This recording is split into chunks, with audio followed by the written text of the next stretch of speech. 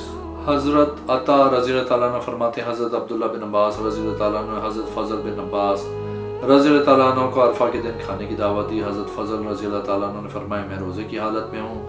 حضرت عبداللہ رضی اللہ تعالیٰ عنہ نے فرمایا آپ روزہ نہ رکھیں، کیونکہ حضور صلی اللہ علیہ وسلم کے پاس ایک برتن میں دودھ لایا گیا، آپ نے اس دن اسے نوش کیا، اور بے شک لوگوں کی طرف سے یہ طریقہ سنت آپ لوگوں نے بنایا ہے۔